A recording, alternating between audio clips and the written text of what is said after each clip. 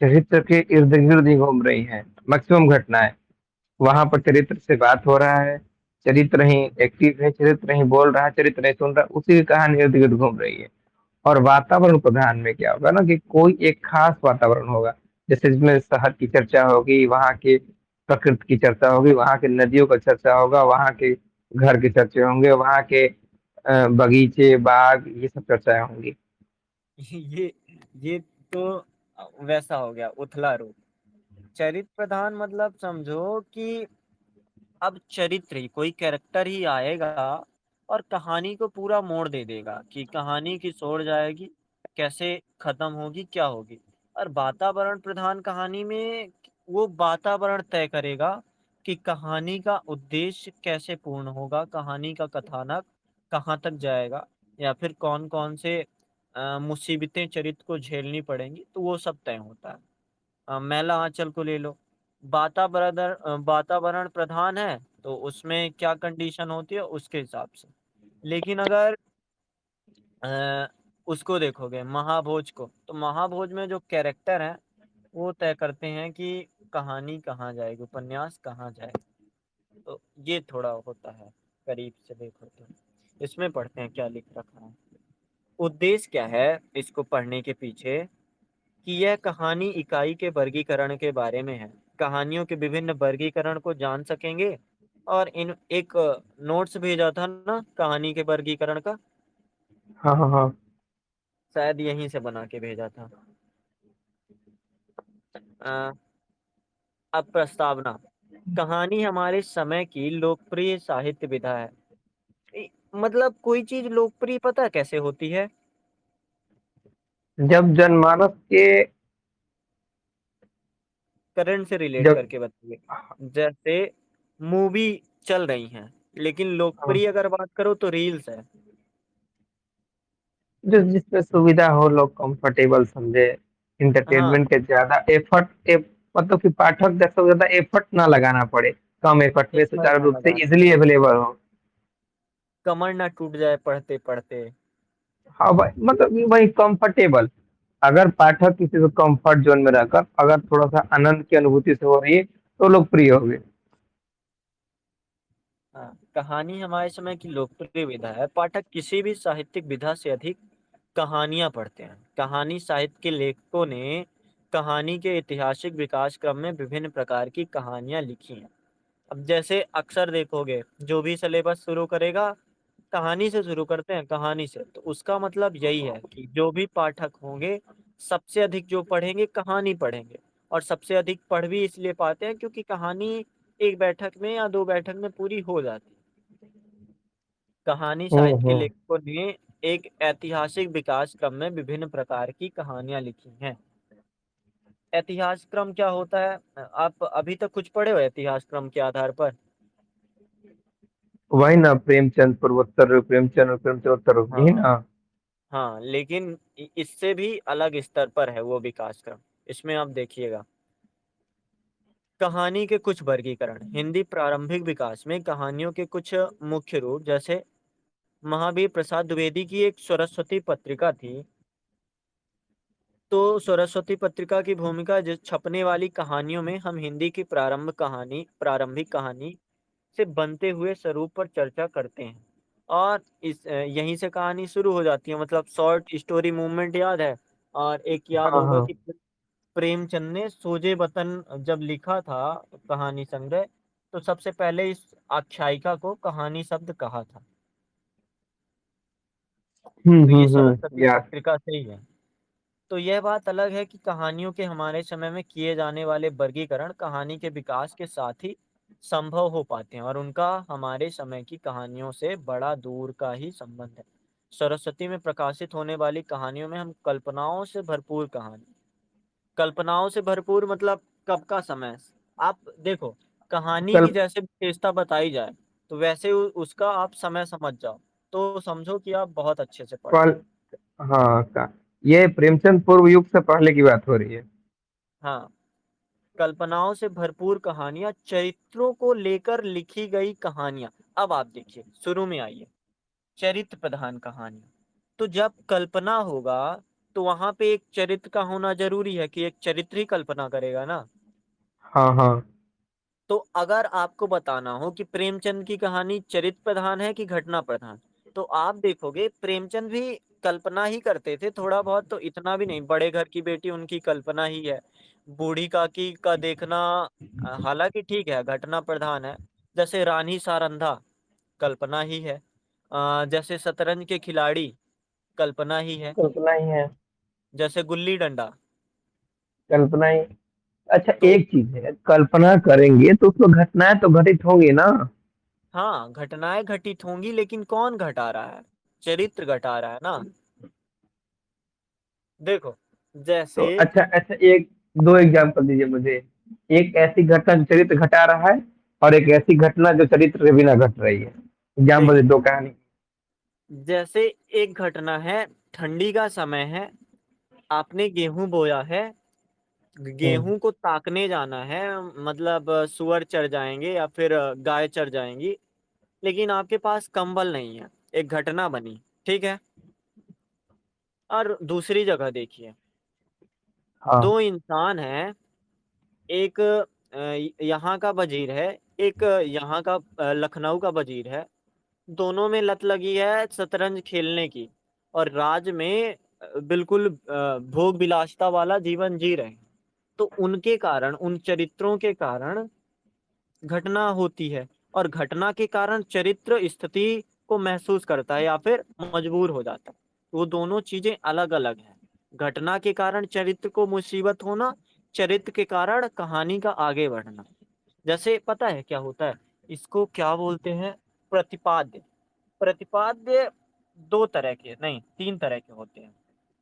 ऐतिहासिक प्रतिपाद्य, जहाँ पे हम्म। ऐतिहासिक घटना को लेकर बताया जाए। दूसरा होता है कि प्रासंगिक, प्रासंगिक प्रतिपाद्य में कि कुछ चीज घटेगी और वो उस चीज को आगे बढ़ाएगी। और तीसरी चीज होती है मिश्र, शायद प्रासंगिक नहीं या फिर कुछ और बोलते हैं। मतलब वही होता है कि वो इंसान कहानी को बढ़ाएगा। जैसे गोबर देखिए, बात चल रही है, क्या हो रहा है कि गाय आई, गाय के बाद क्या हुआ कि गोबर का प्रेम हो गया झुनिया के साथ। अब जब गोबर दुनिया। का प्रेम हो गया, सारी चीजें होने लगी। अब वहां पे कहानी रुक सी गई, मतलब गाय वाय मर गई थी शायद पहले ही, तो वहां कहानी भी रुक सी गई। अब गोबर का शहर जाना या फिर झुनिया को लेके भगा जाना, वो जरूरी था। तो अच्छा, तो गोबर का साथ जाना, ये भी तो एक घटना ही तो हुई। घटना है, मैं प्रतिपाद उसकी बात कर रहा हूँ। प्रतिपाद्य तीन प्रकार के होते हैं। ऐतिहासिक, दूसरे का नाम शायद कुछ बोला जाता है, और तीसरा मिश्र प्रकार से होता है। तो जो हम्म। दूसरा होता है वो कहानी को आगे बढ़ाता है। तो चरित्रों का काम ही मेन यही होता है कि वो कहानी को आगे बढ़ाए। कहानी को चाहे अपने कल्पना के सहारे आगे बढ़ाए, चाहे अपने कृत्य के सहारे आगे बढ़ाए। अब उसके कृत्य को आप घटना बोल दो, ये ठीक है, अलग बात हो जाती है। लेकिन घटना घटना थोड़ा और बड़ी बात होती है कि जैसे आपने लगाया, फसल बोया, ठीक है। अब आपका खेत पूरा ओला पाला से नष्ट हो गया। एक चीज हो गई घटना। और दूसरी चीज, आप ताकने नहीं जा रहे हो, आप मटर गश्ती कर रहे हो। तो ये होती है चरित्र द्वारा की गई घटना। तो शायद हम्म। लगभग करीब का अंतर है, आगे पढ़ेंगे तो और क्लियर से समझेंगे क्या क्या। चलिए। तो कल्पनाओं के सहारे कहानी काल्पनिक यात्रा वर्णन, आत्मकथा के रूप में लिखित कहानियां हम पाते हैं। मगर प्रेमचंद, प्रेमचंद जैसे कंपेयर कर रहा था ना, तो ज्यादा नहीं पा रहा हम्म। था, क्योंकि चरित्र प्रधान भी थी, घटना प्रधान भी थी। मैं और पहले की बात कर रहा था, उसके एग्जाम्पल मेरे पास नहीं है। जैसे वो कहानी हो गई, उसने कहा था, या फिर एक टोकरी भर मिट्टी। हाँ, एक टोकरी भर मिट्टी कहानी हो गई, धुलाई वाली। धुलाई वाली।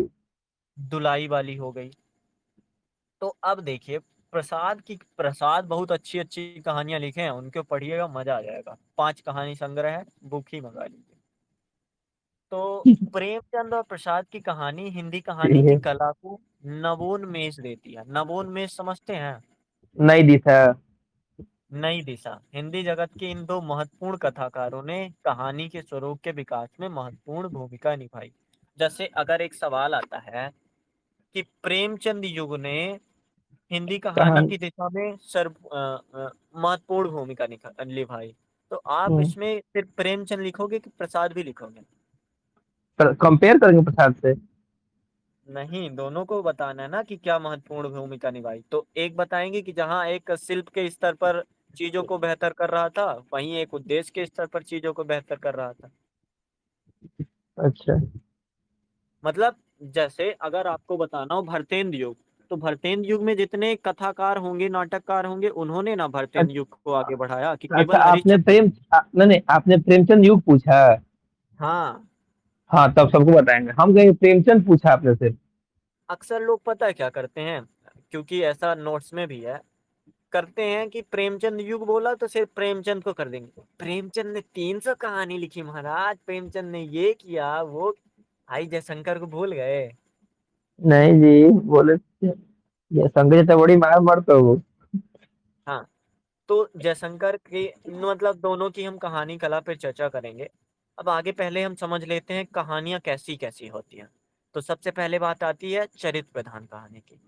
इस प्रकार की कहानियों में हिंदी कहानी के विकास के प्रारंभिक चरण में अपना स्वरूप ग्रहण करती है। अंग्रेज साहित्य में जैसे 18वीं सदी में इस प्रकार के लेखन को गद्य में दिखाई देता है। एडिशन और स्टील के गद्य निबंधों में हमें ऐसा लेखन कैरेक्टर राइटिंग के रूप में मिलता है।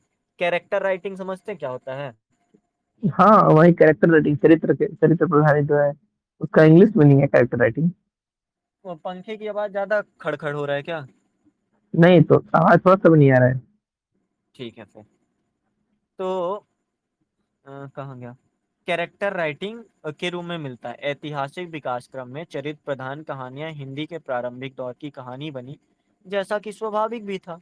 ध्यान देने की बात है कि अंग्रेजी साहित्य में भी चरित्र प्रधान लेखन कहानी के विकास को महत्व। देखिए, एक चीज हमने उस दिन पढ़ा था कि शॉर्ट स्टोरी मूवमेंट जो था, चला था कि कहानी 6-7 पेज में खत्म हो जाए। और ऐसी कहानी है कौन सी? एक टोकरी भर मिट्टी, 600 शब्द में कहानी खत्म हो जाती। शॉर्ट स्टोरी, बिल्कुल। तो आप बताइए, कोई अगर आपको घटना का वर्णन होगा तो आप जल्दी कर पाओगे, या फिर कोई चरित्र कल्पना क्या कर रहा है, क्या बता रहा है, कौन सी चीज कर रहा है, उसको वर्णन करना होगा तो वो आप कर पाओगे। घटना। घटना। क्योंकि कल्पना हो सकता है कि लेखक लिखना ना चाहे, पर कल्पनाएं बड़ी हो सकती हैं।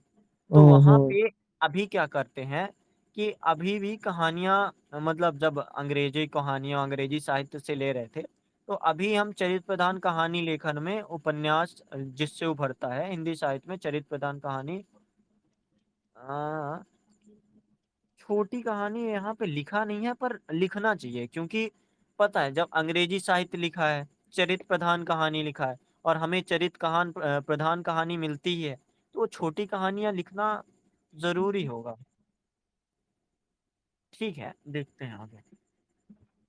प्रेमचंद की बहुत सी कहानियां इस वर्गीकरण के अंतर्गत रखी जाती हैं। अब जैसे आपके दिमाग में एक बात आई होगी, अगर मैं पूछूं प्रेमचंद की कहानी घटना प्रधान की चरित्र प्रधान, क्या कहेंगे? हम्म। यही चरित्र प्रधान। लेकिन ऐसे कहेंगे कि पूरी कहानी या फिर बहुत सी कहानियां? बहुत सी कहानी। क्योंकि पता है जैसे प्रेमचंद 1908 से लिखना शुरू कर देते हैं, और प्रेमचंद का यथार्थ से मोहभंग 1926 के आसपास होता है, या फिर 28 में मान लो। जैसे प्रेमाश्रम वगैरह लिखा था, तो 28 में जब ये सब होता है तो मतलब केवल 8 साल का टाइम है उनके पास।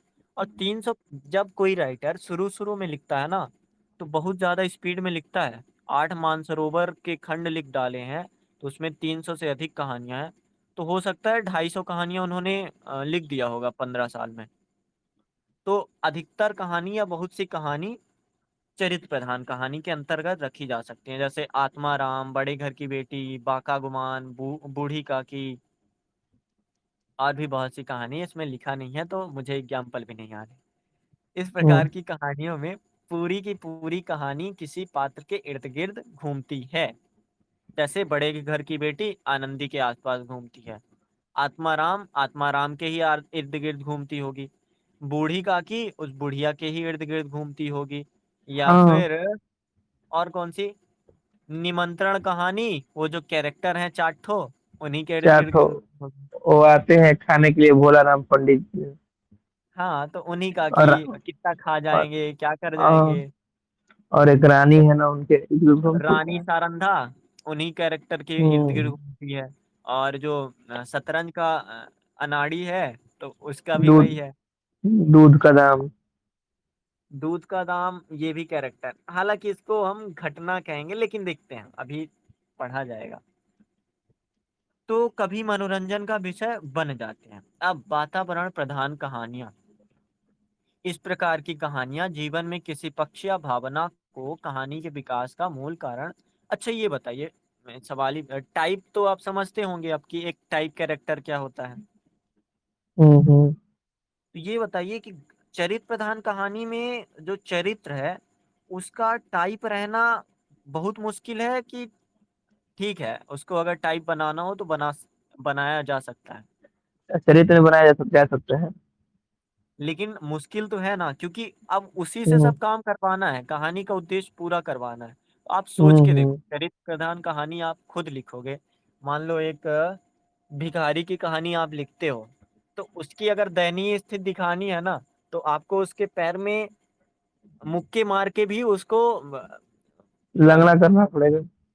मतलब वो लंगड़े जैसा महसूस किया, कि अगर उसको झापड़ लगा है तो उसको ऐसा महसूस हो कि बहुत दर्द हो रहा है, तो आपको ऐसा हम्म। करना पड़ेगा, तो वहां पे कैरेक्टर टाइप नहीं बचती। लेकिन वातावरण में ऐसा नहीं होता, थोड़ा सरल हो जाता है, क्योंकि वातावरण को समझाना है ना, तो वातावरण के आधार पर ही वो चरित्र चलता चला जाए। इसमें क्या है कि इस प्रकार की कहानियों में जीवन के किसी पक्ष या भावना के कहानी के विकास का मूल कारण होता है। इन कहानियों में जयशंकर की कहानी, जैसे आकाशदीप। आकाशदीप हो गया। आकाशदीप पढ़े हैं, नहीं, सुने हैं कुछ। कुछ नहीं सुने। सुनिए, जैसे एक रहती है नायिका, उसका नाम समझ लीजिए दीपा नाम है। एक रहता है नायक, उसका नाम मान लीजिए संजय नाम है, ठीक है।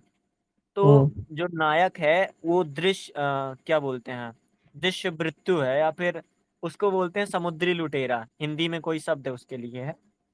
और जो नायिका है वो, उसका पिता व्यापारी था, तो 8 साल से वो घर नहीं गई है, वही समुद्री उसका घर बना हुआ है। लेकिन जो हम्म समुद्री लुटेरा था, उसने नायिका के पिता को मार दिया, क्योंकि वो समुद्री लुटेरा है, मार दिया और उसका जहाज लूट लिया। अब नायिका को प्रेम हो जाता है उस दस्युवृत्ति से, क्या नाम है, जो भी है, उसको लुटेरा को कुछ कहते हैं बहुत मस्त लैंग्वेज में। तो उससे प्यार हो जाता है। फिर कुछ समय बाद उसको पता चलता है कि इसने ही मेरे पिता की हत्या की थी।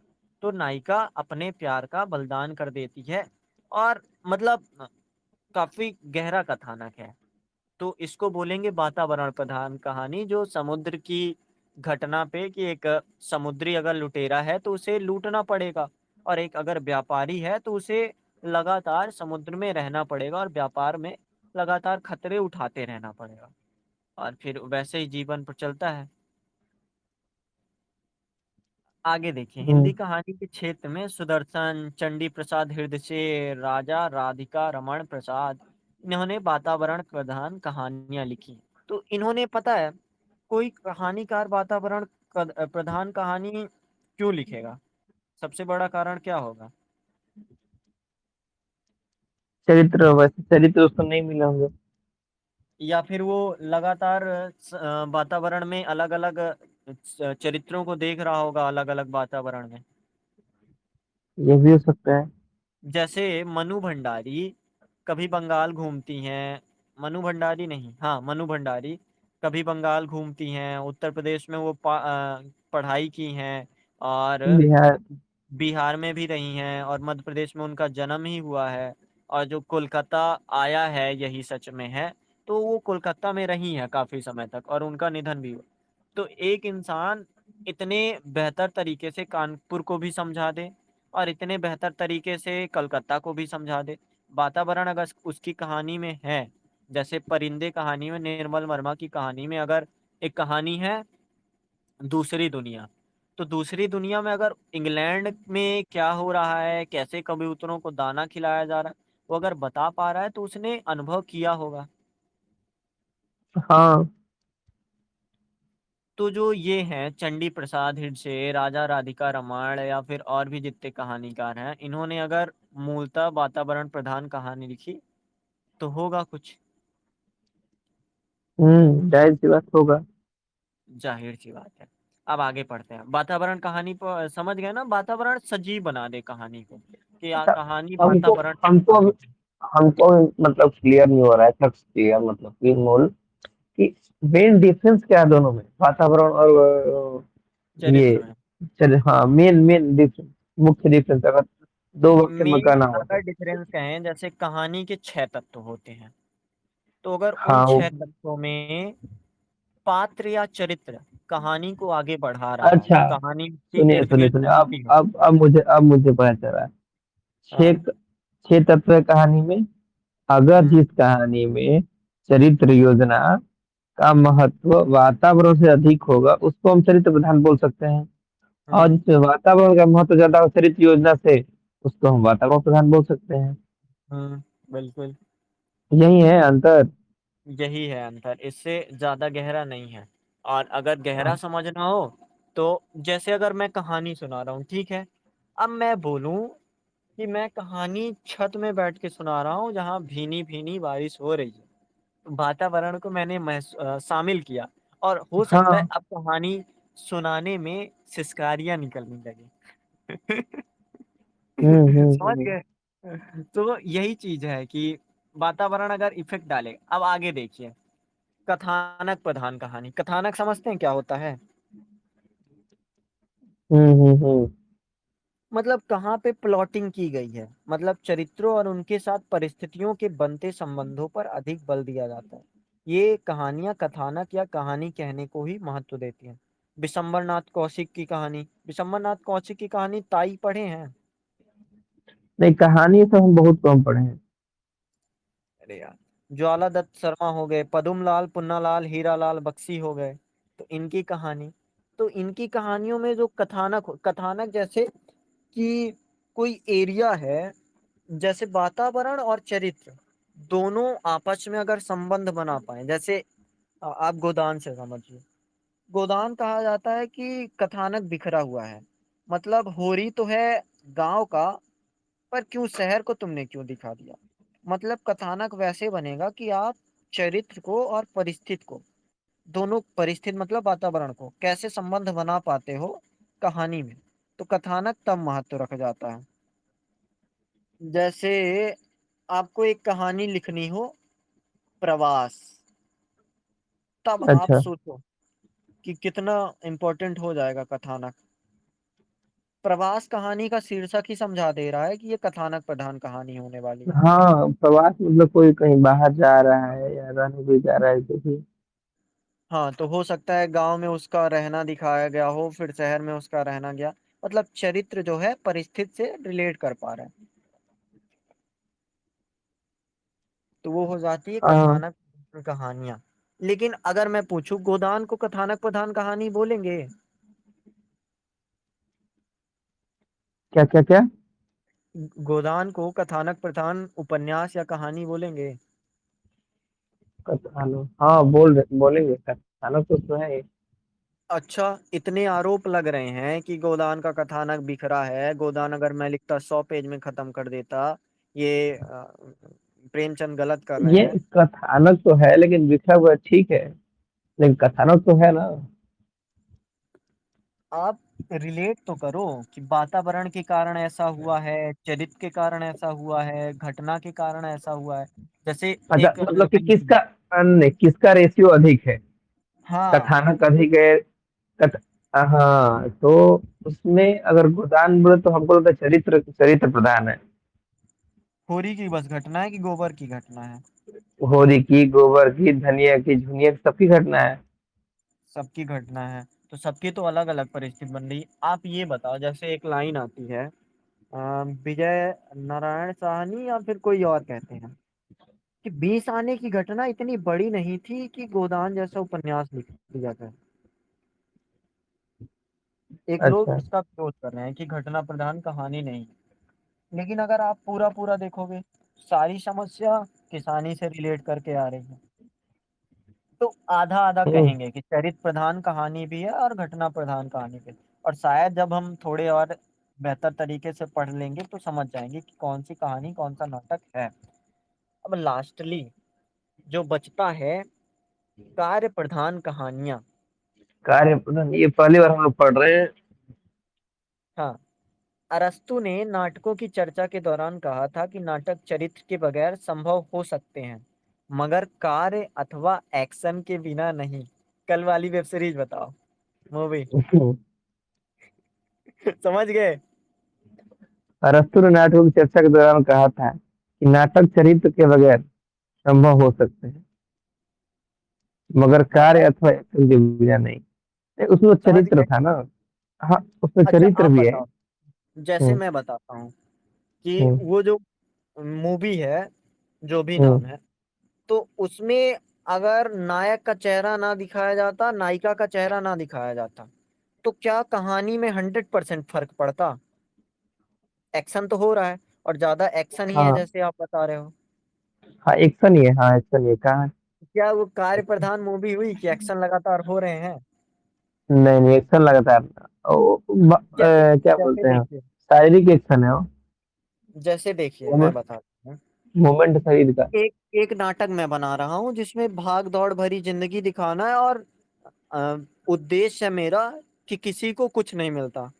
मैंने स्टार्ट किया, एक रिक्शे वाला चलता है, कूड़ा उठाता है और कूड़ा को डब्बे में फेंकता है, और 5 रुपए कमाता है और 5 रुपए को दुकान वाले को दे देता है। दुकान वाले से कुछ खरीद लेता है। अब दुकान वाला हम्म। उस 5 रुपए को दूसरे सामान खरीदने में लगाता है, और दूसरे जहां से वो सामान खरीदा था, तो मतलब एक चरित्र चल रहा है, एक्शन हो रहा है लगातार कि हर इंसान बिजी है। कोई किसी को, जैसे खोई हुई दिशाएं, उसको देखिए आप। खोई हुई दिशाएं में एक लाइन नहीं आती कि बसें जू जू करके रेंगती आती हैं और एक तरफ से उगलती हैं और दूसरी तरफ से निगलती निकल जाती हैं। हम्म। कार्य हो रहा है, एक्शन लगातार हो रहा है।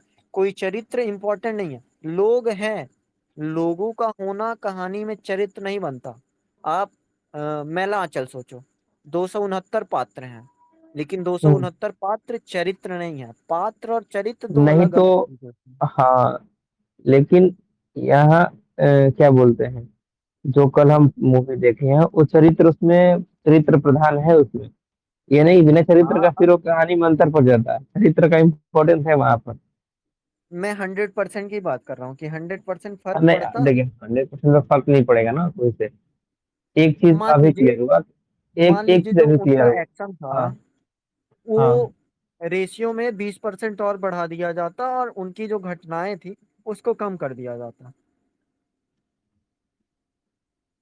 बात करना हो या फिर कुछ और करना हो, कम कर दिया जाता। जैसे वापसी देखिए, वापसी कहानी। वापसी हम्म। कहानी में ठीक है, कैरेक्टर है, कैरेक्टर को मैं थोड़ा दरकिनार करता हूँ। मैं अब गजानंद बाबू, गजोधर बाबू का नाम नहीं लेता हूँ, मैं डायरेक्ट कहता हूँ एक रेलवे का इंसान है। वो आता है अपने घर रिटायर होके बाद, और उसको समझ आता है कि उसके घर में उसकी जगह ही नहीं है। मतलब हम्म। म्यूट है पूरा। आलम आरा नहीं चल रही है, पहली हिंदी नहीं चल रही है, हरिश्चंद्र, राजा हरिश्चंद्र चल रही है। ठीक है, बिल्कुल म्यूट है। अच्छा। हम्म। तो अब वो आता है, देखता है कि बेटी एक तरफ कहीं और घूम रही है, उसके अलग शौक हैं। बहू और बेटे के अलग शौक हैं। उसकी पत्नी अब अचार की बरनियों को ज्यादा झाड़ती है, उसकी खटिया उसके बिस्तर को कम झाड़ती है। और समझ आया कि उसका महत्व कम हो चुका है, तो वो फिर लौट जाता है। नाम किसी का नहीं है, रिश्ते हैं अच्छा। केवल। अच्छा, ये बताइए, चरित्र और पात्र में क्या अंतर है? देखिए, चरित्र जो होगा कहानी को आगे बढ़ने में मदद करेगा।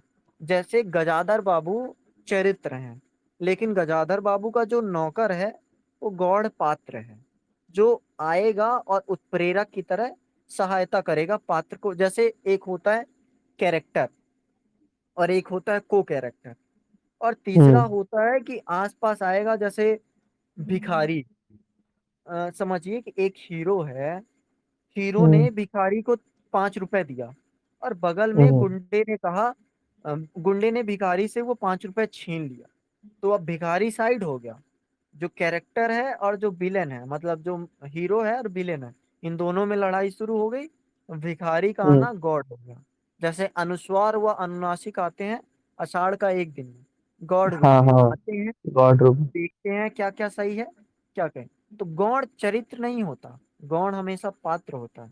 चरित्र तो मेन लीड अच्छा, करेंगे ना। चरित्र मतलब जो वैसे पात्र जिनका काम हो भूमिका कहानी को कहानी, बढ़ाना। हाँ, कहानी को बढ़ाने में या मुख्य भूमिका हो, जिनके यस। चर्चाएं बार बार हो, वो चरित्र होंगे।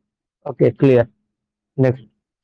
कार्य प्रधान कहानियां तो इसमें जैसे जासूसी, आप जैसे समझो हम कितना फालतू का कर रहे थे अगर हम देख लेते कि जासूसी और विज्ञान की कथा है। अगर आप विज्ञान को दिखाना है, प्रयोग बस दिखाते रहो कर्नाटक में, प्रयोग बस बताते रहो यही हो रहा है। कैरेक्टर कहाँ जरूरी है? अगर आपको जासूसी करनी है किसी चीज की, आप दिखाते रहो कि ये हो रहा है। अब बिल्कुल एक दूसरा सैनिक वहां से गुजरा, और जो क्या बोलते हैं, जो नायक है, वो टेबल के नीचे घुस गया।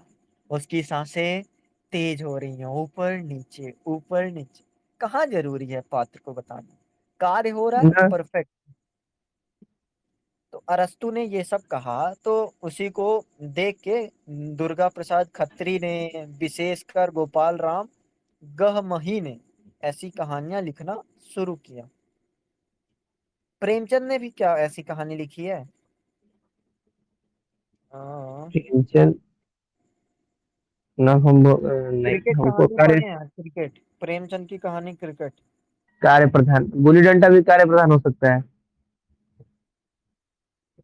हाँ लेकिन उसमें तो मैं है ना, उत्तम प्रधान शैली में है, तो फिर वो तो दिक्कत हो जाएगा, उसको नहीं कहना। प्रेमचंद ने नहीं लिखा होगा तभी यहाँ पे नाम नहीं दिया, नहीं तो लिख देते। ठीक है, आगे बढ़ते हैं। अब परवर्ती कहानियों के प्रकार, मतलब जो प्रकार थे वहां पे 4 प्रकार थे। चरित्र प्रधान, वातावरण प्रधान, कथानक प्रधान, कार्य प्रधान। अब आता है यथार्थवादी कहानियां। यथार्थवादी, अच्छा बोलिए, बताइए यथार्थोन्मुखी यथार्थ क्या होता है? यथार्थ उन्मुख यथार्थ। हम्म।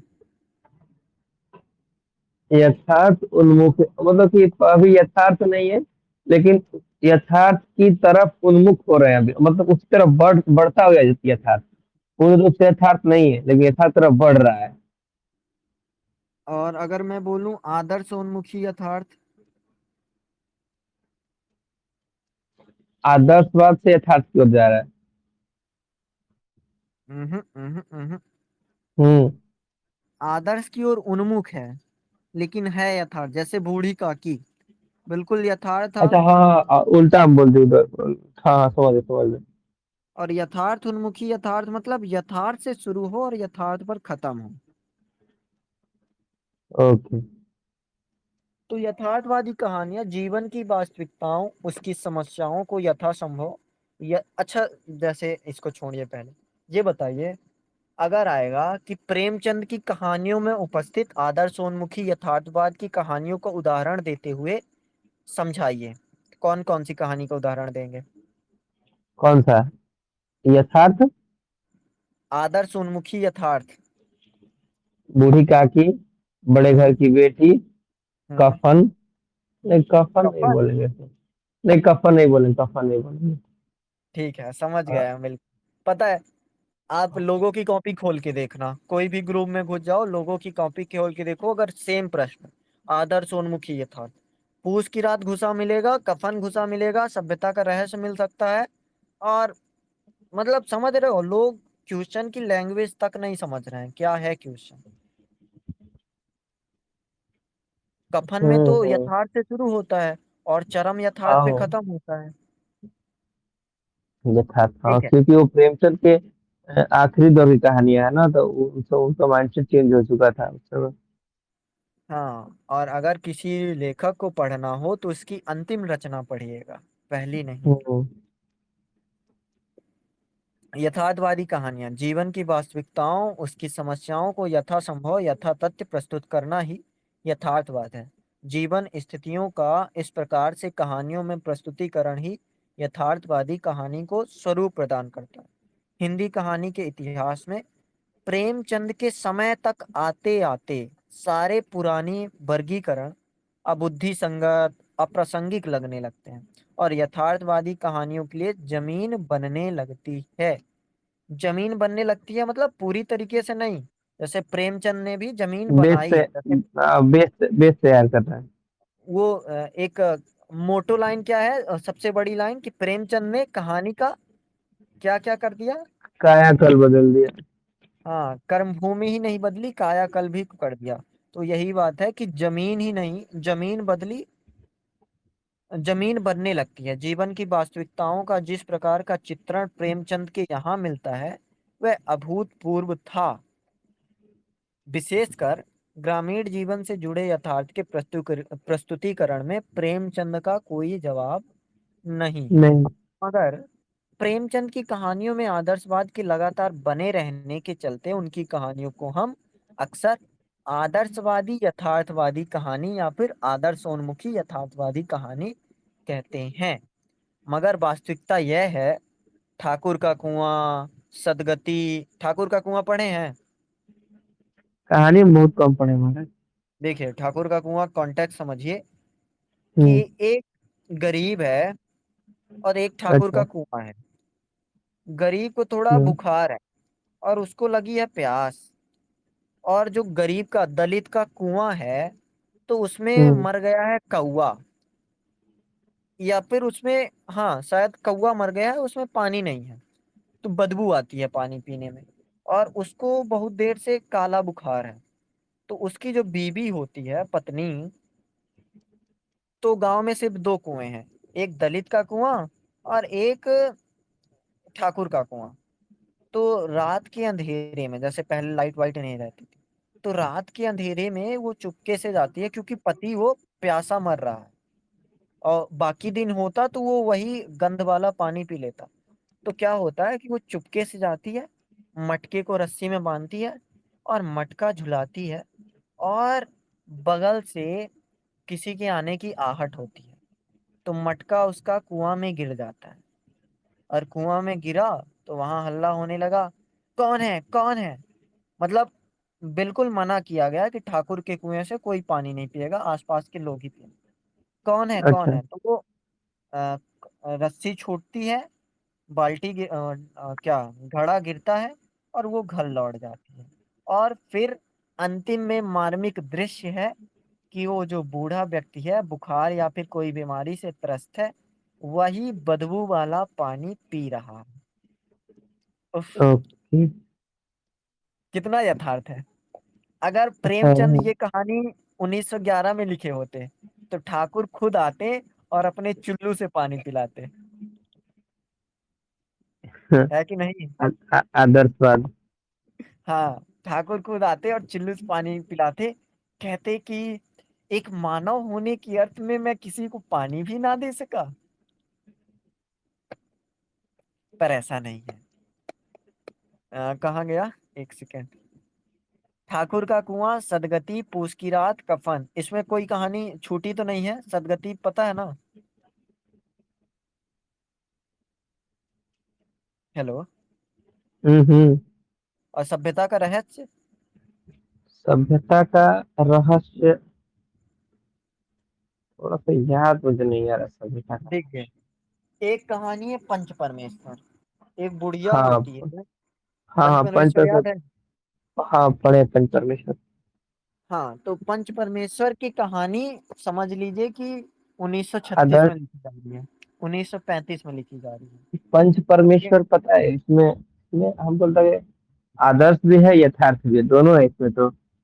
हाँ, मतलब आदर्शोन्मुखी यथार्थ है कि पहले तो हम्म। हड़प लेते हैं, जो अक्सर दिखता है कि लोग संपत्ति हड़पते हैं। फिर जब लास्ट में पूछा गया उसी से कि क्या तुम मानते हो कि तुमने कोई गुनाह नहीं किया है, तो वो खुद हम्म। अपने खिलाफ गवाही दे देता है कि नहीं, मैंने गलत किया। तो ये हो गया पंच परमेश्वर। और सभ्यता के रहस्य में क्या होता है कि एक इंसान जो 20,000 की धांधली करके बैठा है, वो हम्म। निर्णय लेता है कि तुम चारा की चोरी करोगे कि नहीं करोगे। अच्छा। हाँ, तो टाइम पीरियड के हिसाब से देखिए, पंच परमेश्वर लिखने वाला इंसान सभ्यता का रहस्य लिख रहा है। बढ़े आगे। बढ़े। कफन जैसी कहानियां विशुद्ध यथार्थवादी ही कही जाएंगी। प्रेमचंद की कहानियां अपने प्रमाणित सामाजिक प्रतिबिंब के कारण महत्वपूर्ण है। उनकी कहानियों में एक प्रकार के उद्देश्य परकता भी पाई जाती है, लेकिन यह स्वीकार करना ही पड़ेगा कि इनकी कहानियां आदर्शवाद और उद्देश्य परक। आप ये बताओ कि किसी कहानी में उद्देश्य परकता का होना उसे क्या आदर्शवादी नहीं बना देता? उद्देश्य और। उद्देश्य परकता मतलब उद्देश्य का होना। हाँ, हो सकता है, अलग हो सकता है। जैसे अब आपका। अब देखिए। अब हाँ जैसे बोलो। मतलब कि बूढ़ी काकी की वो उद्देश्य क्या है कि पाठक के मन में वृद्धों के प्रति थोड़ी सी क्या बोलते हैं, सहानुभूति पैदा करना, यही उद्देश्य है ना उनका। हम्म। तो ये आदर्शवादी कहानियां तो हो गई ना। जैसे मैंने एक दिन आपको बताया था कि प्रेमचंद कहते हैं, प्रेमचंद लिखते हैं, मुझे कोई हविस नहीं है कि मैं कोई बड़ा मकान बड़ा बंगला बना लूं। मेरा सिर्फ इतना मानना है कि मैं समाज में जब जाऊं तो मैं समाज में बहुत उत्थान करके जाऊं। तो आप सोचो, एक इंसान जहाँ पे समाज को बदलाव करना चाहता है, तो ठाकुर के कुएं आदर्शवाद। गरीब को पानी पिला देना चाहिए ना प्रेमचंद को? या फिर सदगति में ब्राह्मण का विनाश दिखाना चाहिए ना, कि ऐसा काम नहीं करना चाहिए? या फिर पूस की रात में उसको कंबल ओढ़ा देना चाहिए ना, या फिर खेत बच जाना चाहिए ना? लेकिन नहीं, प्रेमचंद का उस समय आदर्शवाद। का ये यथार्थ भी हाँ। था। ये यथार्थ यथा पता चलता था ना हाँ, तो यही बोलता है कि कहानियां आदर्शवाद और उद्देश्य परकता के बावजूद यथार्थवाद को विविध रूप में प्रस्तुत करती हैं। हिंदी साहित्य में प्रेमचंद ने यथार्थवादी और यथार्थोन्मुख कहानी को अनेक रास्ते बनाए, जिनके बाद के कहानीकारों ने चलकर कहानी की एक समृद्ध परंपरा को विकसित किया। प्रेमचंद के हम्म। समृद्ध कथा साहित्य संसार में यथार्थवाद अनेक रंग दिखलाए। अब यशपाल, यशपाल की कहानी एक आध पता है आपको? कहानी नहीं पता है, बस दिव्या पता है। ये पता है कि यशपाल भगत सिंह के साथ क्रांतिकारी लीडर थे। उस समय ये भी हिंदुस्तान रिपब्लिक के से जुड़े हुए थे, क्रांतिकारी एक्टिविटी से। यशपाल जी का मैंने आपको बताया था कि यशपाल जी क्या बोलते हैं, मैं क्यों लिखता हूँ, ये बताया था। ना। अ, यशपाल जी बोलते हैं कि मैं अपनी चेतना और विश्वास में सदा सप्रयोजन ही लिखता रहा हूँ। मैं जीने की कामना से जी सकने के प्रयत्न के लिए लिखता रहा हूँ। अच्छा। क्या समझे, इनका क्या आदर्शवाद रहा होगा? मतलब इनका विचारधारा क्या रहा होगा? मार्क्सवादी चिंतनधारा है इनका। मार्क्सवादी विचारधारा है। और ये बोल रहे हैं ना, मैं जीने की कामना से जी सकने की कामना के लिए लिख रहा हूँ। यानी कि अगर आप समझो एक, आप नहीं, चलो दूसरे कोई को ले लेते हैं। अगर कोई इंसान गरीब है, ठीक है, तो गरीब है तो वो अपने आप को तोड़ मत दे, अपने आप को बिल्कुल ऐसे ना महसूस करे कि मैंने कुछ नहीं किया या फिर मैं कुछ नहीं पा सकता। वो जीने की कामना लाए और जी सकने तक वो प्रयास करता रहे। जैसे दिव्या को आप देख के समझ रहे हैं, तो इनकी कहानी बहुत सी मिलती है। जैसे एक पिंजड़े की उड़ान इनका कहानी संग्रह है, जिसमें इन्होंने ठोस वास्तविकताएं बताई हैं। और जो आलोचक संजीव कुमार हैं, क्या बोलते हैं कि यशपाल ने 1958 में ही स्त्रियों के प्रति हिंसा को वास्तविक रूप में दिखा। जैसे पता है क्या होता है, सेम थोड़ा तुलना कर लेते हैं। यशपाल जैसे लिख रहे थे तो इन्होंने स्त्रियों के शोषण उत्पीड़न को दिखाया। लेकिन आप समझिए कि जब आप उत्पीड़न को दिखा रहे हो, तो वहीं पे आप एक लेखक का थोड़ा सा रुचि हो जाती है कि मैं थोड़ी यौनिकता भी दिखा दूं यार। मतलब अगर सेक्सुअलिटी को, यौन नैतिकता को दिखा देंगे तो कहानी मेरी बिक भी जाएगी। और एक तरफ से मेरा जो जैसे अज्ञे लिखते हैं, जैसे इलाचंद जोशी लिखती हैं, या फिर जैसे अ, अ, कौन मित्रों मरजानी वाली कृष्णा सोबती लिखती हैं, तो उन आधार पर मेरी कहानी बिकने लगी। लेकिन नहीं, आप दिव्या में देखो कितना अत्याचार होता है, लेकिन यौन नैतिकता या फिर ऐसे कृत्यों का जरा भी जिक्र नहीं है, या फिर चित्रित ही नहीं किया गया है। तो वही चीज है, ये थोड़ा सा मार्क्सवादी विचारधारा के हैं और इनका सोचना ऐसा था। तो फूलों का कुर्ता, अभिशप्त जैसी कहानियां लिखी, पिंजड़े की उड़ान, इनका कहानी संग्रह मिलता है जिसमें यथार्थ के साथ ही विचारधारा भी महत्वपूर्ण हो जाती है। शोषण, उत्पीड़न, सामाजिक विसंगत के विरोध। तो ये हमने समझा यथार्थवादी कहानियां। अब आप बताओ मनोवैज्ञानिक कहानियां क्या होंगी।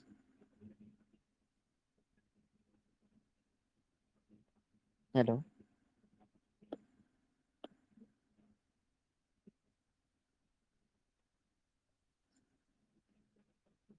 मनोवैज्ञानिक कहानी, एक तो बाहरी अर्थ में देखें जैसे प्रेमचंद जैसे कहानीकार, तो जैसे एक सवाल आता है कि प्रेमचंद का मनोविज्ञान और अन्य कहानीकारों का मनोविज्ञान कैसे अलग है। तो प्रेमचंद, उनका मूल स्वर ही था कि मैं चरित्रों के रहस्यों का उद्घाटन करता हूँ, और रहस्य का उद्घाटन करने में मनोविज्ञान आ जाए तो फिर कहाँ ही दिक्कत है। ईदगाह ले लो, या फिर बूढ़ी काकी ले लो, या फिर बड़े घर की बेटी ले लो, कुछ भी ले लो, वहां पे आ जाता है। लेकिन प्रेमचंदोत्तर कहानीकारों ने केवल बाहरी यथार्थ को महत्व न देते हुए मनुष्य के मानसिक जगत के यथार्थ को भी महत्व दिया। जैसे अगर मनोविज्ञान दिखाना है और अगर आप उसमें केवल बाहरी समस्या से मन के आघात को दिखा रहे हो, तो ये पूरी बात नहीं होगी। अगर आप किसी परीक्षा में जैसे फेल होते हो, तो उस परीक्षा में फेल होने पर आपको थोड़ा सा समझाना होगा कि मैं फेल हुआ हूं तो क्या हुआ, मैं लड़ूंगा। लेकिन वो लड़ना अंदर ही अंदर जो चलता रहता है, मनोवैज्ञानिक स्तर पर चलता रहता है। तो उस चीज को हम देखते हैं यहाँ पे। हिंदी कहानी नई दिशा सामने आई। जैनेन्द्र कुमार ने अपनी कहानियों में पहली बार चरित्र के मनोजगत के झांकने का प्रयास किया। मतलब कहानी तो लिखते थे, प्रेमचंद के टाइप ही आसपास ही थे, पर ये लीक से हट गए थे कि मनोविज्ञान को जगत में घुसा जा सकता है। इलाचंद जोशी के बाद स्पष्ट मनोविश्लेषण को अपनी कहानियों में महत्व दिया। गे की कहानियों में भी व्यक्ति और उसकी चेतना को महत्व दिया। अगे जैनेन से अपने जीवन दृश्य अलग है। उनकी कहानियों में दर्शन के स्थान पर व्यक्ति मन के प्रति वस्तुनिष्ठ होने का प्रयास है। हिंदी मनोवैज्ञानिक कहानियों का विकास उस प्रकार नहीं हो पाया जैसा कि पश्चिम में हुआ था। मतलब पश्चिम में अलग स्तर पर, जैसे फ्रॉयड वगैरह हो गए, वो मनोविज्ञान के तह तक जाते हैं। पर यहाँ पे एक उथला ही रूप, या फिर कहें कि जैसे जितने, एक लाइन आती है ना, संवेदना स्वयं वेदना नहीं हो सकती। तो अगर जैनेन्द्र स्त्री मनोविज्ञान लिख रहे हैं तो कितना करीब पहुंच पाएंगे, नहीं पहुंच पाएंगे। अगर आगे कहानी को तोड़ मरोड़ के लिख रहे हैं तो कितना भीतर तक घुस पाएंगे, नहीं घुस पाएंगे। तो जैसे हिंदी कहानी में जेम्स जॉयस जैसा कहानीकार मिलना संभव ही नहीं है। लेकिन हिंदी कहानियों में मनोविज्ञान के तत्व बिखरे पड़े हैं। प्रेमचंद की यथार्थवादी कहानी से लेकर अज्ञेय की नई कहानी तक के दौर में चरित्रों के मनोविज्ञान की कहानियों का स्थान दिया गया। अब देखो, जैसे एक चीज अगर सवाल आएगा कि अंग्रेजी, हालांकि आएगा नहीं, पर समझो कि जैसे अंग्रेजी का मनोविज्ञान और हिंदी का मनोविज्ञान कैसे अलग था। तो अंग्रेजी में जो मनोविज्ञान था अवधारणात्मक रूप में था।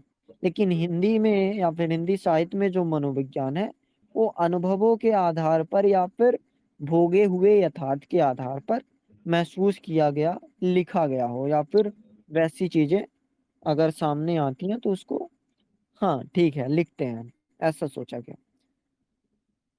जैसे अमरकांत की प्रसिद्ध कहानी दोपहर का भोजन जनवादी होते हुए भी जबरदस्त मनोवैज्ञानिक कहानी के संकेत से भरी है, जहां अंडर स्टेटमेंट की कहानी में सब कुछ कह जाता है।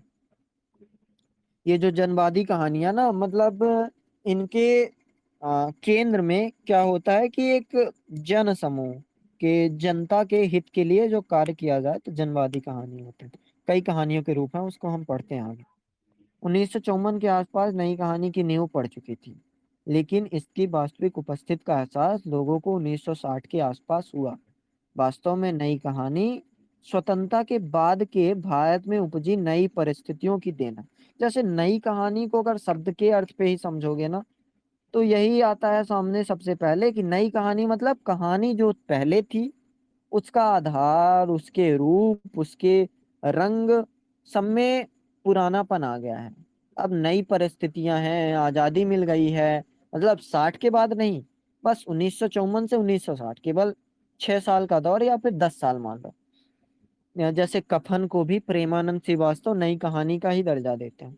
तो उसके आधार में एक नया रूप आ गया था, नए तरह का प्रयोग आ गया था, जो सामाजिक यथार्थ को नए तरह से प्रस्तुत करता था। तमाम आंदोलनों की तरह ही नई कहानी भी कोई स्पष्ट नामकरण नहीं था। यह नाम किसने दिया, इस बात को लेकर थोड़ा सा मतभेद भी है। कि कुछ बोलते हैं कि दुष्यंत कुमार अथवा नामवर सिंह ने सर्वप्रथम इस नाम का प्रयोग किया था, और 1957 तक यह नाम चल निकला। और प्रयाग साहित्यकार जैसे मोहन राकेश, शिवप्रसाद सिंह, हरशंकर परसाई ने इस नाम का प्रयोग मंच में कर दिया कि जो मैं लिख रहा हूँ वो नई कहानी है। मतलब सोच के नहीं लिखा था कि नयापन होगा, बस नई परिस्थितियां मिली तो उन नई परिस्थितियों पर लिख दिया। अब मोहन राकेश का नाटक ही देख लो, या फिर उनकी कहानियां, इंसान के खंडहर, कैसी कहानी होगा, होगा नहीं स्तर पर कहानी मोहन राकेश का, या फिर मोहन राकेश की और भी जितनी कहानियां। अब प्रसिद्ध कथाकार राजेंद्र यादव ने नई कहानी को परिभाषित करते हुए लिखा कि नई कहानी व्यक्ति को उसकी समग्रता में देखने का आग्रह करती है। जैसे अगर सवाल आए कि नई कहानी क्या है, समझाते हुए 2-3 उदाहरण दीजिए। तो अगर हम राजेंद्र यादव के आधार पर कहें तो नई कहानी व्यक्ति को उसकी समग्रता में देखने का आग्रह करती है, और व्यक्ति को उसके सामाजिक परिवेश, मानसिक अंतर्द्वंद तथा व्यवहारिक जीवन के तकाजों और आवश्यकताओं की एक संश्लिष्ट प्रक्रिया के रूप में प्राप्त करना चाहती हूँ। मतलब जो व्यवहारिक जीवन है, या फिर मानसिक आवश्यकता, मैं बोलूंगा जो मानसिक आवश्यकता है, उस चीज को अगर एक संश्लिष्ट तरीके से प्रस्तुत किया जा रहा है, प्राप्त करने का प्रयास किया जा रहा है, तो वो प्राप्त करने का प्रयास नई तरह की अवधारणा वाली, नए तरह की विशेषताएं या विलक्षणताओं वाली कहानी, नई कहानी से ही हो पाएगा। जिसमें नई कहानियों को कथ्य और संवेदना का धरातल प्रदान करते हैं, और यहीं पर कहानी में आते जा रहे परिवर्तन का स्पष्ट अभाव होता है। ये अपने समय के विद्रूपों और विसंगतियों पर केंद्रित होती है। तत्कालीन शिक्षा, नौकरी की समस्या नए रूप में सामने आते, स्त्री पुरुष संबंध, कामकाजी स्त्रियां। देखो कामकाजी स्त्रियां, अगर कहें कि जैसे टूटना कहानी हो, या फिर स्त्री पुरुष का टूटना हो, या फिर मानव का बिखर जाना हो, या फिर संबंधों में गहराई आ जाना हो, तो यहाँ से ये शुरू होता है। और फिर जो साठोत्तरी कहानी होती है, वहां पे इसने आधार प्राप्त कर लिया था। अब आगे क्या लिखा है कि नई कहानी में हमें जटिल जीवन के यथार्थ की व्यापक स्वीकृति मिलती है। नई कहानी ने व्यक्ति की प्रतिष्ठा को महत्व दिया। ये कहानियां छिछली भावुकता से परे थी। खासकर जैनेन की कहानी की तुलना में ये कहानियां व्यक्ति को संपूर्णता में प्राप्त करने का दावा करती थी। मगर आज पीछे मुड़कर देखने पर ऐसा लगेगा कि कुल मिलाकर वे मुख्यतः मध्यवर्गीय कहानियां ही थी। आप कहोगे कि ठीक है, अच्छा था, लेकिन मूलतः वो वही था। फिर भी नई कहानी किसी भी तरह से एक रूप नहीं थी। नई कहानी को वास्तव में हिंदी की कहानी की आधुनिकता के विकास क्रम में देखा जाना चाहिए। जैसे आधुनिकता का विकास क्रम आता है, अकहानी हो गया, जनवादी कहानी हो गया, समांतर कहानी हो गया, तो इनके आधुनिकता के विकास क्रम में रखकर ही माना जाएगा। नए नए प्रयोग दिखाई देंगे आपको कि कुछ भी कथानक रख के उसको लिख दिया जाएगा, प्रतीकों के सहारे कोई भी कहानी बनने लगेगी। नई कहानी स्वतंत्रोत्तर कहानी के विकास का एक महत्वपूर्ण चरण था। इस कहानी आंदोलन के हिंदी कहानी को बहुत कुछ प्रदान किया। राजेंद्र यादव ने, मोहन राकेश ने, कमलेश्वर, निर्मल वर्मा, मनु भंडारी आदि ने इस दौर के महत्वपूर्ण कहानीकार थे। अब हम पढ़ते हैं अकहानी। दौर रहा सिर्फ 2 साल का। क्या होता है, शायद ये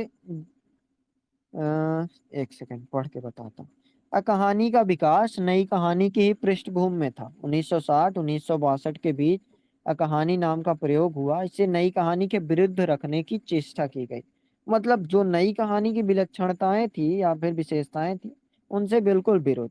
नई कहानी के प्रारंभ में कुछ समय बाद ही उसका विरोध भी शुरू हो गया था कि ऐसे कैसे लिख सकते हो बिना मतलब कहानी कहानी कैसे होगी कि अगर आप तत्व को कहीं भी सेटल नहीं कर पा रहे हो, कुछ भी कथानक डाल दे रहे हो, कल्पना का इतना आधार हो गया है कि अब हम उसे नई कहानी नहीं कहेंगे, हम उसे पहले जैसी कहानी कहेंगे। पहले भी तो हमने पढ़ा है कि चरित्र प्रधान कहानियों में कल्पना होती थी, तो तुम नई कहानियों में अब कल्पना घुसाने लगे हो, नई कहानियों में तुम ये चीजें लाने लगे हो। तो यही चीज है कि नई कहानी का विरोध भी शुरू हो गया था। यह विरोध कहानी में आने वाली जड़ता को तोड़ने के लिए था और कहानी में नए जीवन संदर्भों को जोड़ने के लिए था, लेकिन इसकी परिणति बहुत सार्थक नहीं रही। इस प्रकार की कहानियों में परंपरागत मूल्यों को पूरी तरह से नकार दिया गया। ये घोर निराशा से भरी कहानियां थी। गंगा प्रसाद बिमल ने पहले इसे समकालीन कहानी का नाम दिया, पर बाद में इसे अकहानी के रूप में परिभाषित किया। अकहानी के बहुत से कहानीकार नई कहानी से भी जुड़े थे, अतः नई कहानी के बहुत से तत्व इस आंदोलन की कहानियों में भी बने रहे। एक चीज और समझ आती है, जैसे अकहानी हो गया, कुछ चीजें होती है ना कि आया तो विरोध में था, पर उसने भी वही विशेषता ग्रहण कर ली। जैसे एक होता है आधुनिकतावाद। आधुनिकतावाद में क्या बोला जाता है कि हर इंसान का मतलब इंसानों के एक विचारधारा होती है, उनकी मानसिकता होती है, वो किसी बारे में सोच सकते हैं।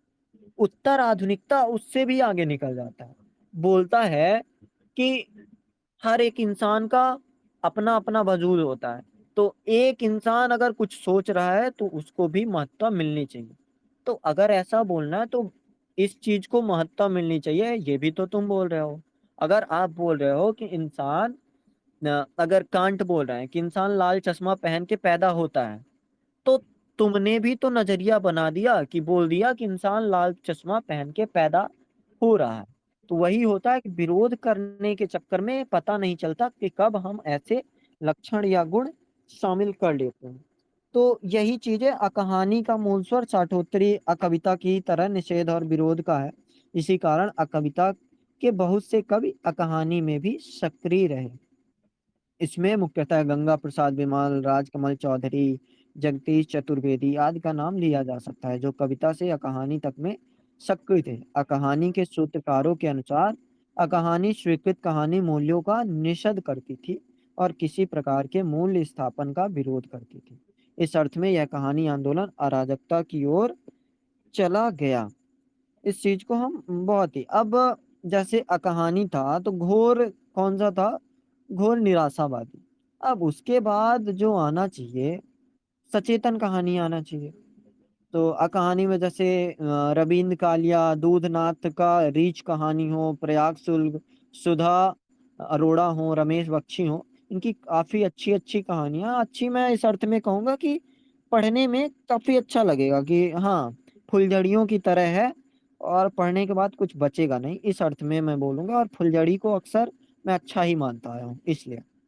सचेतन कहानी, सचेतन कहानी का प्रारंभ महीप सिंह करते हैं, जो 1964 में आधार नामक पत्रिका का सचेतन कहानी विशेषांक प्रकाशित हुआ था, जिसे इस आंदोलन का प्रारंभ माना जा सकता है। इस आंदोलन ने जीवन के प्रति सचेतन दृष्टि अपनाने पर बल दिया था। जैसे अभी घोर निराशावादी था, तो अब यहाँ पे भी विरोध होगा कि आप निराशा, कुंठा, ऊब, अकेलापन, अनास्था आदि के प्रतिकार करो, आदि को कहानी का लक्ष्य मत बनाओ। इस चीज का इसमें विरोध किया जाता है। महीप सिंह लिखते हैं, हिमांशु जोशी, मनहर चौहान, मधुकर सिंह, कमल जोशी, ये सब इस कहानी से जुड़े रहते हैं, इस कहानी आंदोलन से।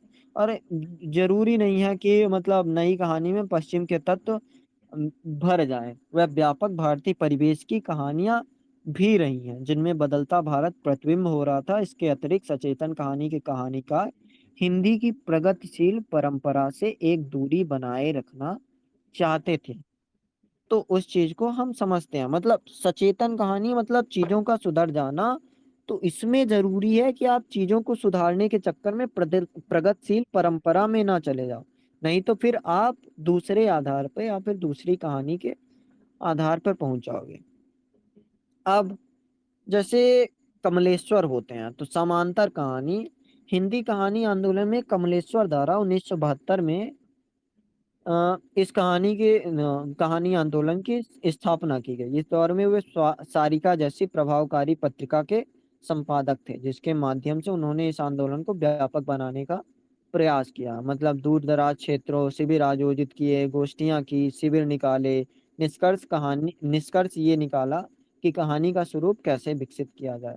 समानांतर कहानी आंदोलन ने कहानी में आम आदमी को प्रतिष्ठित करने का प्रयास किया। आम आदमी को परिभाषित करते हुए कमलेश्वर ने उसे एक संश्लिष्ट व्यक्तित्व के रूप में परिभाषित किया, और जनजीवन से जुड़ने की आकांक्षा और प्रतिबद्धता से मुक्त होकर जनता, जैसे आगे हम पढ़ेंगे जनवादी कहानी, तो जनवादी कहानी इसी के कुछ लक्षणों को समेटे हुए रहता है, एक प्रकार का अमूर्तन काम करता था। कहानी के इस आंदोलन से जुड़े रचनाकारों ने विभिन्न प्रकार के संदर्भों में आम आदमी के संघर्षों को कहानियों में स्थान दिया। यह आंदोलन भी सीमित ही रहा।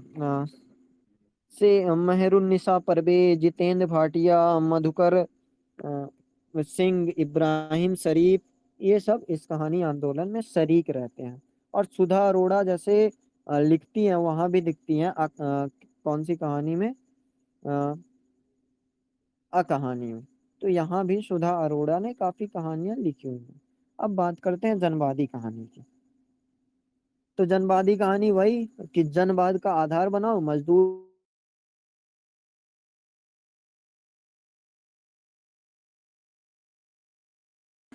अपनी प्रसिद्ध पुस्तक हिंदी साहित्य का जनवादी परंपरा में जनवाद को कबीर के समय से ही रेखांकित किया था। लेकिन वस्तु स्थिति यही है कि जनवादी कहानी अपने से पहले को प्रगतिशील कहानी का ही विस्तार है। मतलब कुछ और नहीं है। जनवादी तो वही है ना कि प्रगतिशील में भी वही है कि लोगों का भला हो, जनवादी में थोड़ा और गहराई से हो जाता है कि हाँ, इंसानों का भला हो। तो अमरकांत, शेखर जोशी, ज्ञान रंजन, काशीनाथ सिंह, ये सब मिलते हैं यहाँ पे। सक्रिय कहानियां तो इस कहानी में पुरोधा, राकेश बच्च थे। सक्रिय कहानी मतलब चेतनात्मक, ऊर्जा, जीवंता से भरी कहानी। किंग कर्तव्य विमूढ़ता से मुक्ति प्रदान करें और कमजोरियों से लड़ने के लिए तत्पर करें। जैसे सचेतन कहानी के कुछ लक्षण थे, तो उस लक्षण से थोड़ा ऊपर, जैसे सुरेंद्र कुमार, धीरेन्द्र अस्थाना, चित्रा मुदगल, रमेश बत्रा, ये सब लिखते दिख जाएंगे। दलित कहानी जैसे पता ही है, जयप्रकाश करदम, सूरजपाल चौहान, ओम प्रकाश वाल्मीकि, नैमिष राय, बुद्धू शरण हंस, ये सब प्रमुख कहानीकार हैं। और प्रेमचंद की कहानियां भी, जैसे बताया है कि ठाकुर का कुआं हो, सदगति हो, तो ये सब उस दायरे में आता है जिसको हम दलित कहानी में रख सकते हैं। और दलित लेखन एक दौर में मराठी साहित्य की कलम माना जाता था। मतलब महाराष्ट्र में आप एनसीईआरटी में भी पढ़ोगे तो आपको बहुत कुछ मिलेगा, जो कविताओं के रूप में भी आपको मिलेगा कि मराठी साहित्य में दलित लेखन में कलम के रूप में है। जो ऐतिहासिक परिप्रेक्ष्य में शोषण और उत्पीड़न के शिकार रहे थे, उनके लिए कहानी लिखना दलित कहानी आंदोलन माना जाता है। अगली स्थिति आती है स्त्रीवादी कहानी आंदोलन। इसमें इनकी बात करना, जैसे क्या नाम है इनका, कृष्णा सोबती, इनको सिमोन द बाउआ की पुस्तक द सेकंड सेक्स से तुलना की जाती है। प्रभा खेतान हो गया, इन्होंने भी काफी अच्छा काम किया। सुभद्रा कुमारी चौहान, चंद्र किरण सौरभ सेना। मतलब कहानी ठीक है, जरूरी नहीं है कि केवल पुरुष बस लिखे उस कहानी को। यहाँ पे अभी पुरानी जो समानांतर कहानी थी, नई कहानी थी, तो पुरुषों के कहानी में स्त्रियां आने लगी थी, तो उसको हम स्त्री विमर्श भी मानेंगे या फिर नई कहानी का ही एरिया मानेंगे। लेकिन यहाँ पे स्त्रीवादी कहानी मतलब स्त्रियों की समस्या और संवेदनाओं को लेकर लिखी गई कहानी को अक्सर यही कहानी नाम से पुकारा जाता है। तो पिछले 3 दशक से स्त्री कहानीकार ने भी इसमें काफी योगदान दिया है। अ, नई कहानी के दौर में ही लेखिकाओं ने अपनी अलग पहचान बनाई थी। मृदुला गर्ग का नाम सुना होगा, ममता कालिया, मृणाल पांडे, ये सब काफी अच्छे लेखक थे। सूर्यबाला, चंद्रकांता, चित्रा मुदगल, मैत्रेयी पुष्पा। और एक मैंने पहले भी बताया था कि जो बंगला महिला थी दुलाई वाली, तो उन्होंने भी स्त्री कहानी लिखी, हालांकि स्त्री समस्या जरूर नहीं लिखा था। अब सारांश के रूप में इन सबको देखें तो कहानी के आधार हम समझते हैं कि प्रेमचंद या फिर उससे पहले से शुरू होता है, जहाँ पे चरित्र प्रधान कहानियां लिखी जाती थी। और उसके बाद आदर्शोन्मुखी कहानी, यथार्थवाद कहानी, मनोवैज्ञानिक, और आगे बढ़ते-बढ़ते प्रतिबद्धता को तोड़ते हुए हर मुसीबतों या फिर हर समस्याओं को देखते हुए कहानी लिखा जाना, उसका क्रम बढ़ते रहना और चीज़ों को समझाते रहना एक विकास का आधार है, और कहानी के उन तत्वों के विकास को भी रेखांकित करता है जो कहानी आंदोलन के द्वारा रूपायित हुए थे। तो वैसे तो हमें समझ आता है कि कहानी के केवल 6 तत्व होते हैं, लेकिन कहानी में और भी, जैसे प्रतीकों को भाषा से अलग कर देना, मतलब भाषा के साथ प्रतीक या बिंब आना ठीक है, लेकिन उसके साथ वो एक अलग विशेषता रखता है। पूर्व दीप्ति का आना एक अलग विशेषता रहता है। कहानी में कथानक का बिखर जाना या फिर कथानक में कहीं भी कुछ भी चित्र चलने लगना, ये अलग विशेषता रखता है। ये सारी चीज़ें इन कहानी आंदोलन में दिखाई देती हैं। 3-4 सवाल अगर सोचना चाहो, तो कहानी में अस्तित्ववाद की क्या भूमिका होती है? जैसे अगर आप अस्तित्ववाद को सोचो या फिर यथार्थता को समझो, तो किस चीज़ को या फिर कैसे, एक टी इलियट का मैंने बताया था कि टी इलियट बोलते हैं कि there are separation between a, न a writer who writes and maybe he tells, शायद उन्होंने बोला था कि एक रचनाकर्ता और एक भोगने वाला, दोनों में काफी अंतर होता है। जितना ही बड़ा रचनाकार होगा उतना ही बड़ा अंतर होगा। तो अगर अस्तित्ववाद की भूमिका की बात की जाए, तो शायद कहीं पे भी अस्तित्व उतना भूमिका नहीं रखता जितना रखना चाहिए। अगर घोर निराशावादी कहानियां लिखना है, तो कोई इंसान अगर पीड़ित है या फिर प्रताड़ित है, तो उस प्रताड़ना को वो घोर प्रताड़ना दिखा सकता है। या फिर कहानी आंदोलन के प्रेरक तत्वों पर अगर टिप्पणी लिखनी हो, तो कहानी आंदोलन वही नई कहानी से जन्मी है, उसी विरोध से जन्मी थी, तो उसी को हम टिप्पणी के रूप में देख सकते हैं, या फिर जितनी भी चीजें हैं उन सब के बारे में बातें कर सकते हैं। अब हम अगले दिन कुछ और बात करेंगे।